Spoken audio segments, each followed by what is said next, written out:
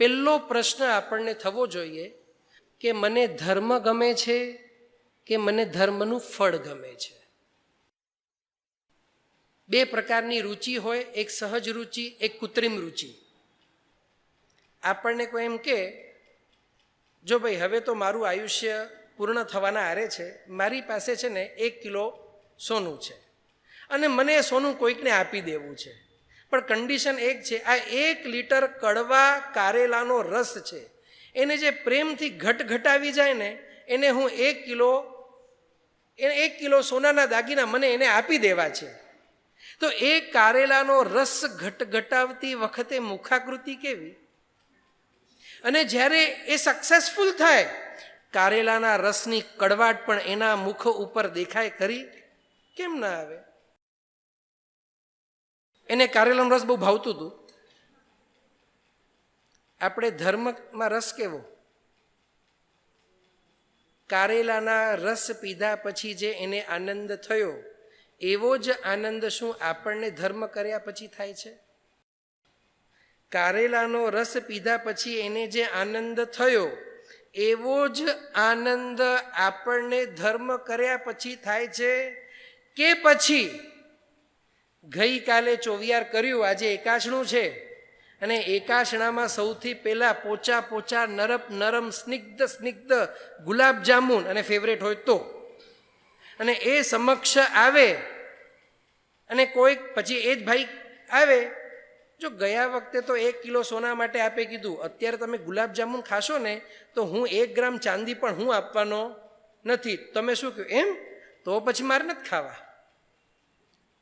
અને એ ગુલાબજામુન ખાધા પછી આપણને 1 ગ્રામ સોનું પણ મળવાનું નથી, 1 ગ્રામ ચાંદી સુદ્ધા મને મળવાની નથી. છતાંય એ ગુલાબજામુન આરોગ કરતી વખતે મુખ ઉપર ખુશી અને આનંદ હોય છે કે નથી હોતી?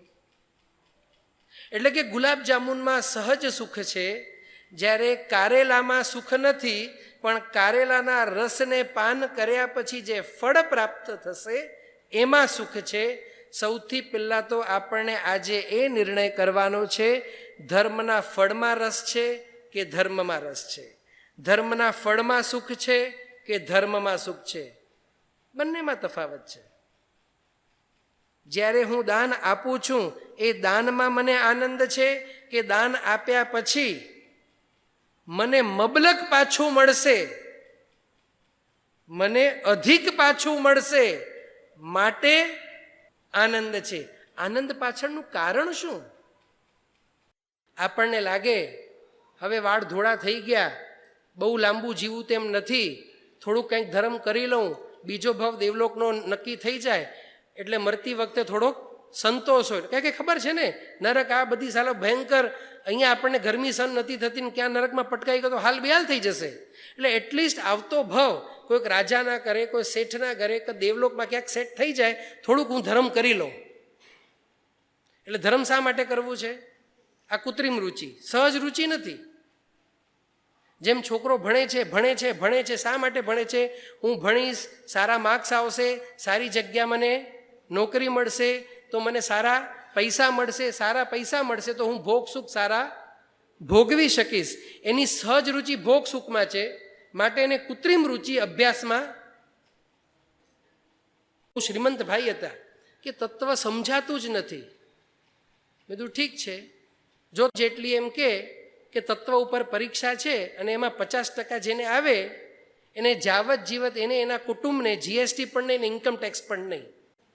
જે ઇન્કમ બતાડે એના ઘરે ક્યારે ઇન્કમ ટેક્સની રેટ ન પડે, ક્યારે સ્ક્રુટિનીમાં એની ફાઇલ ન જાય, સમજાઈ જાય કે સમજાવવા મહેનત કરે.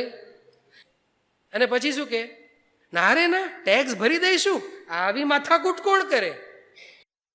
25-50 કરોડની આવક હોય, બધા એકડામાં હોય, 10 કરોડ દર વર્ષે ટેક્સ ભરતો હોય, દર વર્ષે 10 કરોડ ટેક્સના બચતા હોય, જીએસટી એને માફ, પાછું વસૂલી શકે, સેટ ઓફ પણ મળે, પણ એને ભરવાનું નહીં. એના કોઈ ચોપડા ચેક કરવામાં ના આવે, આવી ઓફર આપવામાં આવે. શું થાય? તો શાસ્ત્રકાર ભગવંતો કહે છે કૃત્રિમ રસ પેદા થાય. મોટે ભાગે આપણને શું ગમે? જો ફળ ગમે તો સમજી લેવાનું ધર્મમાં કૃત્રિમ રુચિ, ફળમાં સહજ રુચિ. અને આ ભવને સાર્થક કરવું હોય તો પછી ધર્મમાં, જ્યાં સુધી ધર્મમાં સહજ રુચિ નહીં આવે ત્યાં સુધી કામ થાય નહીં.